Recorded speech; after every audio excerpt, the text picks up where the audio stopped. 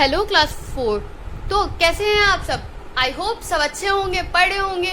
तो चलिए स्टार्ट करते हैं आपके बुक का chapter 9, that is the natural resources. In this chapter you will learn about the renewable and inexhaustible resources. Renewable resources are those resources which can be renewed.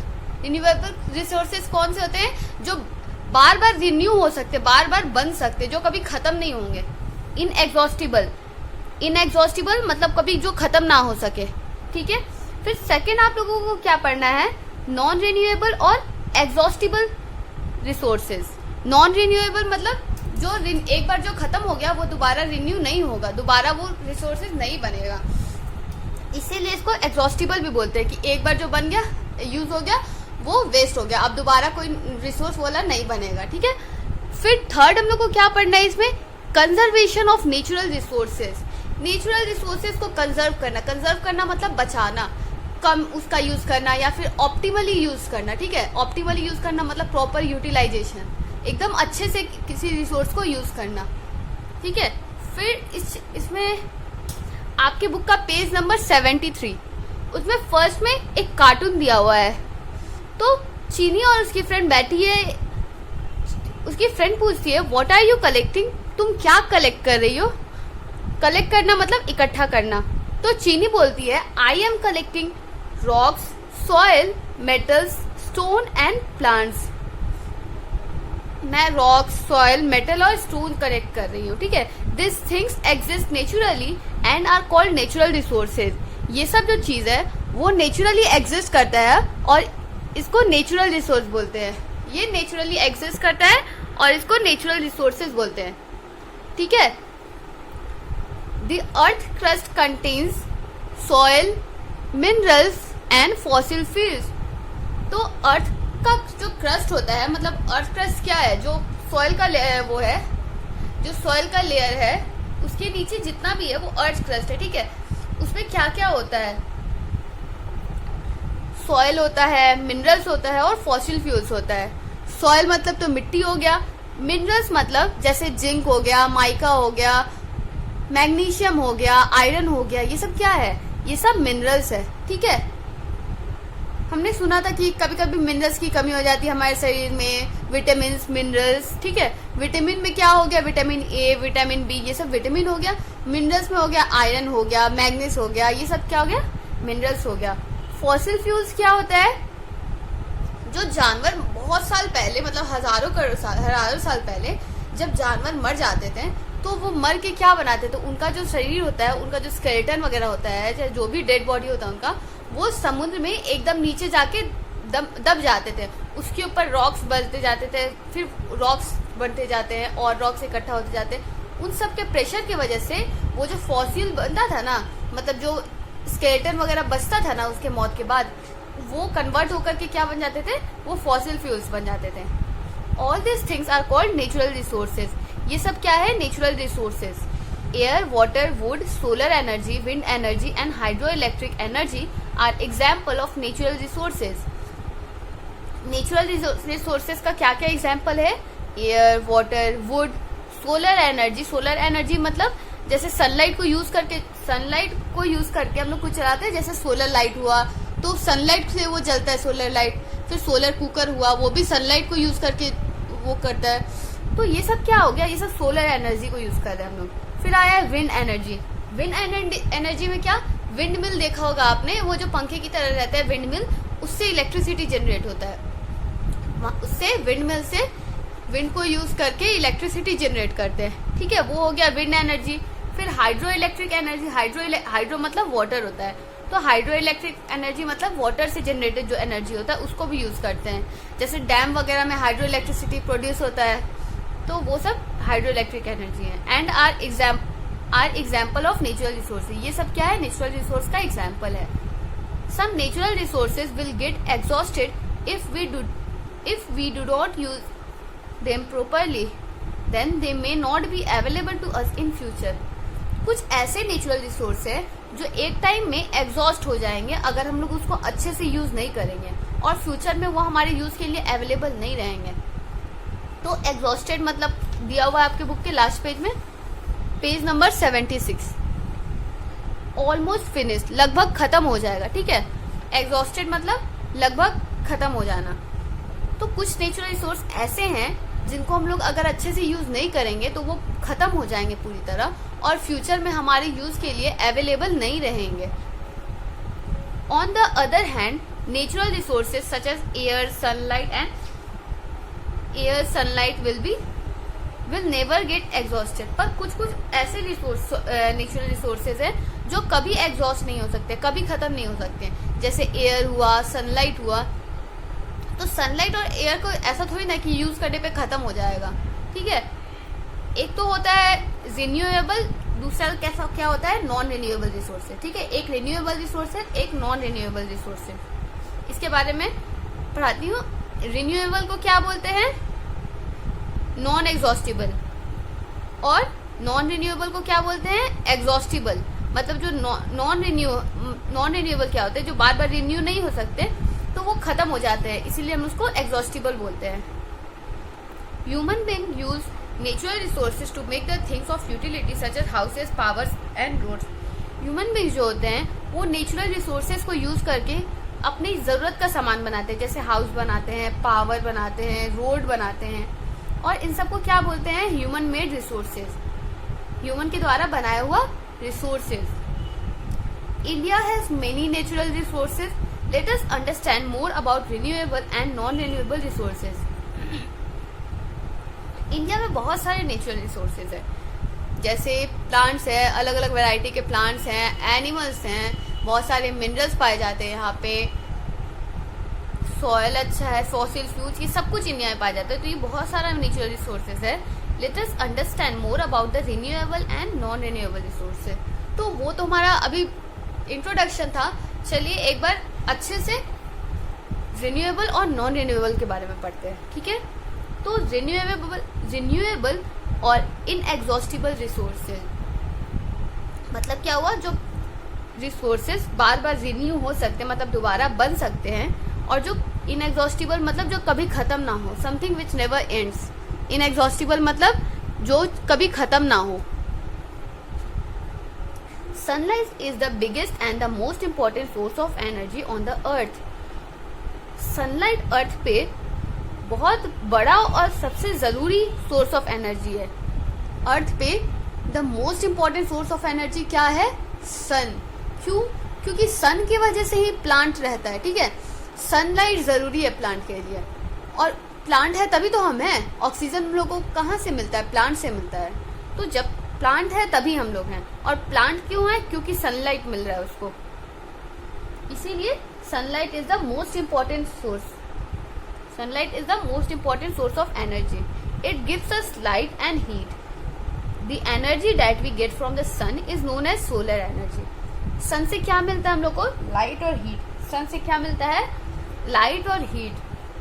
Sunlight जो हम लोग को मिलता है, सन से जो हम लोग को लाइट मिलता है, सनलाइट, उसको हम लोग क्या बोलते हैं, सोलर एनर्जी। सन से जो एनर्जी मिलता है उसको हम लोग क्या बोलते हैं, सोलर एनर्जी। जैसे सोलर कुकर हुआ, सोलर लाइट हुआ, solar energy. Solar energy is an important inexhaustible resources. Solar energy एक इम्पोर्टेंट इनएग्जॉस्टिबल रिसोर्स है। इनएग्जॉस्टिबल मतलब जो कभी खत्म नहीं हो सकता, ठीक है। Plants are primary food producers and require sunlight to prepare food through the process of photosynthesis. Primary food producer मतलब क्या होता है, जो अपना खाना खुद से बनाते हैं। Plants are primary food producer मतलब प्लांट्स अपना खाना खुद से बनाते हैं, और उनको खाना बनाने के लिए क्या चाहिए, अपना सनलाइट। प्लांट्स को अपना खाना बनाने के लिए क्या चाहिए, सनलाइट चाहिए, ठीक है। और किस प्रोसेस से वो अपना खाना बनाते हैं, photosynthesis. The plants prepare food through the process of photosynthesis. Through the process of photosynthesis, people use solar energy to run several equipment such as solar cooker and heater. लोग सोलर एनर्जी को बहुत तरीके से use करते हैं। कुछ लोग solar cooker को यूज करते हैं, सोलर पैनल को यूज करते हैं, सोलर पैनल से को यूज करके इलेक्ट्रिसिटी जनरेट करते हैं, उससे बल्ब, फैन, जो भी चलाना हो वो चला सकते हैं।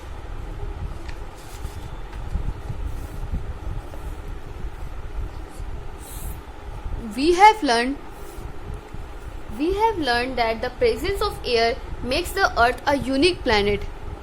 हमने पढ़ा था कि जो एयर का प्रेजेंस है अर्थ में, वो अर्थ को एक यूनिक प्लैनेट बनाता है। मतलब क्यों यूनिक प्लैनेट बनाता है? क्योंकि सिर्फ अर्थ ही एक ऐसा प्लैनेट है जिस पे लाइफ एग्जिस्ट करता है। अर्थ ही एक ऐसा प्लैनेट है जिस पे लाइफ एग्जिस्ट करता है। All living things need air. Plants need air to make food. Human beings and animals need air to breathe. जितने भी लिविंग थिंग्स हैं इंडिया अर्थ पे, उन सबको एयर का जरूरत पड़ता है, सबको अलग अलग काम के लिए। प्लांट्स को क्यों पड़ता है? To make food. Human beings को क्यों चाहिए? टू ब्रीथ सांस लेने के लिए हम लोग को एयर चाहिए, और प्लांट्स को अपना फूड प्रोड्यूस करने के लिए।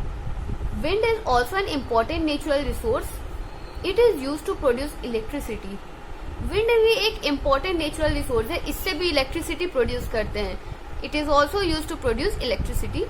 Huge windmills have been set up in Tamil Nadu and Gujarat, which use the wind energy to produce the electricity. बहुत बड़ा बड़ा विंड मिल सेटअप किया गया है। कहाँ? तमिलनाडु में और गुजरात में, टू प्रोड्यूस द इलेक्ट्रिसिटी। क्यों? To produce the electricity. ये देखिए, ये रहा विंड मिल। ये विंड मिल है तमिलनाडु का। ये विंड मिल है। ये जो पैनल है, ये देख रहे हैं आप, पंखा देख रहे हैं, ये यहाँ पे घूमेगा, ये स्पिन करेगा, तो इससे क्या होगा? मोटर चलेगा और इलेक्ट्रिसिटी जनरेट होगा। इससे क्या होगा? इलेक्ट्रिसिटी जनरेट होगा। तो इसको जो एयर से बनता है उसको क्या बोलते हैं? Wind energy. ठीक है। ये क्या है? सोलर पैनल है। उड़ीसा के एक छत पर है solar panel. Water is a natural resource that makes the earth a unique planet. It is used for various purposes such as drinking, cooking, washing, cleaning and bathing. तो वाटर भी एक important natural resource है, क्योंकि water तो इंसान के लिए जरूरी, इंसान क्या जानवर के लिए जरूरी है, प्लांट्स के लिए जरूरी है। एयर, वाटर, सनलाइट, ये तीनों बहुत ज्यादा जरूरी है। सिर्फ हमारे लिए नहीं, ये पूरे अर्थ पे सबके लिए, जितने भी अर्थ पे जितने भी लिविंग ऑर्गेनिज्म है सबके लिए, प्लांट्स, एनिमल्स, जो भी चीज़ है उन सबके लिए ज़रूरी है। तो वाटर क्या है? वाटर को अलग अलग पर्पज़ के लिए यूज़ कर सकते हैं। ड्रिंकिंग, पीने के लिए, खाना बनाने के लिए, वॉशिंग, कुछ धोने के लिए, साफ सफाई के लिए और नहाने के लिए। Sea and ocean have plenty of water but it is salty. Fresh water is present only in lakes and rivers. Sea और ओशन में, हाँ ये तो हम लोग को पता है कि अर्थ का बहुत सारा part, most of the part, major part किससे कवर्ड है? वाटर से कवर्ड है। पर जो सी और ओशन में जो पानी होता है वो पीने लायक नहीं होता, वो बहुत ज़्यादा सॉल्टी होता है। That is unfit for drinking. The water in the ocean and sea are unfit for drinking. Fresh water कहाँ मिलता है? लेक्स और रिवर में। फ्रेश वाटर कहाँ मिलता है? लेक्स और रिवर में। Water flows with a great force on the mountain. Dams are built to produce hydro electricity. जब वाटरफॉल देखा होगा आपने, एकदम ऊंचाई से जब पानी गिरता है तो वो बहुत ज़्यादा फोर्स में गिरता है और उस फोर्स को यूज़ करके इलेक्ट्रिसिटी जनरेट किया जाता है। वाटर जब वाटरफॉल से गिरता है तो बहुत ज़्यादा फोर्स में गिरता है, बहुत ज़्यादा स्पीड में गिरता है, तो उसका जो ताकत होता है उसको यूज़ करके इलेक्ट्रिसिटी जनरेट किया जाता है। उसको हम लोग क्या बोलते हैं? Hydro electricity. उसको क्या बोलते हैं? Hydro electricity. डैम्स देखा होगा आपने, डैम्स में क्या प्रोड्यूस करते हैं वहाँ पे? Hydro electricity. ठीक है। भाखड़ा नंगल डैम के बारे में आपने पढ़ा, यहाँ पे डैम का मतलब भी दिया होगा आपके बुक में। A barrier made across a waterway to check the flow of water. Dam क्या होता है? जो रिवर्स होता है वो डायरेक्टली अगर बहेगा तो कभी भी बाढ़ आ जाएगा, तो इसीलिए रास्ते में डैम बनाया जाता है, कहीं बीच में एक बैरियर बनाया जाता है। बैरियर मतलब रुकावट, जिसके वजह से पानी वहाँ पे थम सके, पानी वहाँ पे रुक सके। हाँ, जरूरत के अकॉर्डिंग वो धीरे धीरे पानी वो खोला जाता है, डैम खोला जाता है और वहाँ पे पानी से क्या प्रोड्यूस किया जाता है? हाइड्रो इलेक्ट्रिसिटी प्रोड्यूस किया जाता है। Bhakra Nangal dam one of the largest hydro electricity project in India. Bhakra Nangal dam के बारे में आपने पढ़ा था कि इंडिया का लार्जेस्ट हाइड्रो इलेक्ट्रिसिटी प्रोड्यूस करने वाला डैम है। ठीक है। क्या था? Plants and animals. Plants and animals are important natural resources. Plants need soil to grow. We need soil for growing crops. Plants और animals भी बहुत important natural resources है। कैसे? प्लांट को क्यों सॉइल का प्लांट को सॉइल का जरूरत पड़ता है बढ़ने के लिए? क्योंकि प्लांट तो सॉइल से ही तो बढ़ता है, तो उसको खुद की ग्रोथ के लिए सॉइल चाहिए। और हम लोग को सॉइल क्यों चाहिए? क्रॉप्स को ग्रो करने के लिए। We need soil for growing crops, ठीक है। We get food and many other useful products from plants and animals. We get food and many other useful products from plants and animals. हम लोगों को खाना और बहुत सारा यूजफुल प्रोडक्ट मिलता है प्लांट और एनिमल से, ठीक है। क्या क्या मिलता है प्लांट से? क्या मिलता है प्लांट से? हम लोग को प्लांट में जैसे हनी होता है, प्लांट से जैसे रबर हो गया, बैम्बू हो गया, शुगर केन हो गया, ये सब क्या है? ये सब प्लांट से मिल रहा है। फिर एनिमल से क्या मिल रहा है? मिल्क हो गया, हनी हो गया, ये सब एनिमल से मिल रहा है। Plant gives us food and raw material to make many things such as medicine, paper, perfumes and gum. Plant हम लोग को बहुत सारा सामान देता है, बहुत सारा रिसोर्स, प्लांट को यूज करके बहुत कुछ बना सकते हैं और ये बहुत सारी चीजों के लिए ये रॉ मटेरियल का भी काम करता है, ठीक है। क्या क्या बनता है प्लांट से? मेडिसिन बनता है, पेपर बनता है, परफ्यूम बनता है और gum. They also keep the air clean by giving out oxygen and absorbing the carbon dioxide. Plants क्या करते हैं?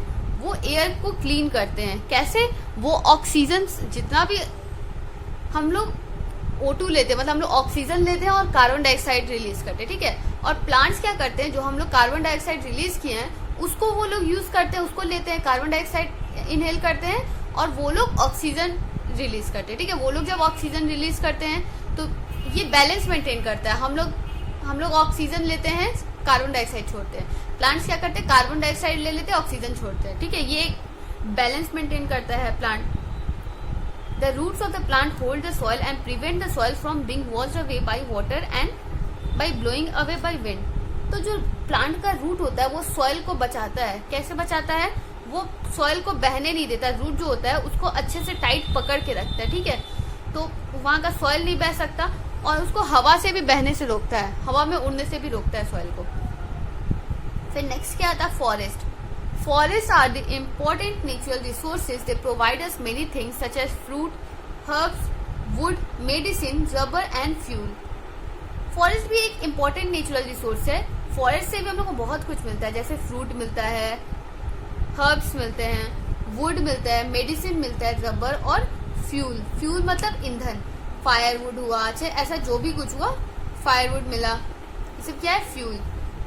आपके बुक में क्या दिया है? भाखड़ा नंगर डैम का फोटो दिया है। जो जो प्रोडक्ट हम लोग को प्लांट से मिलते हैं, जैसे परफ्यूम मिलते हैं, ये सब मिलते हैं, मेडिसिन बनता है, कॉटन मिलता है। फिर ये क्या है? फॉरेस्ट ऑफ हिमालयास, ठीक है। तो आज के लिए हम बस इतना ही पढ़ते हैं, मिलते हैं कल और इस चैप्टर को कंप्लीट करेंगे, ठीक है। तो आज के लिए बाय बाय।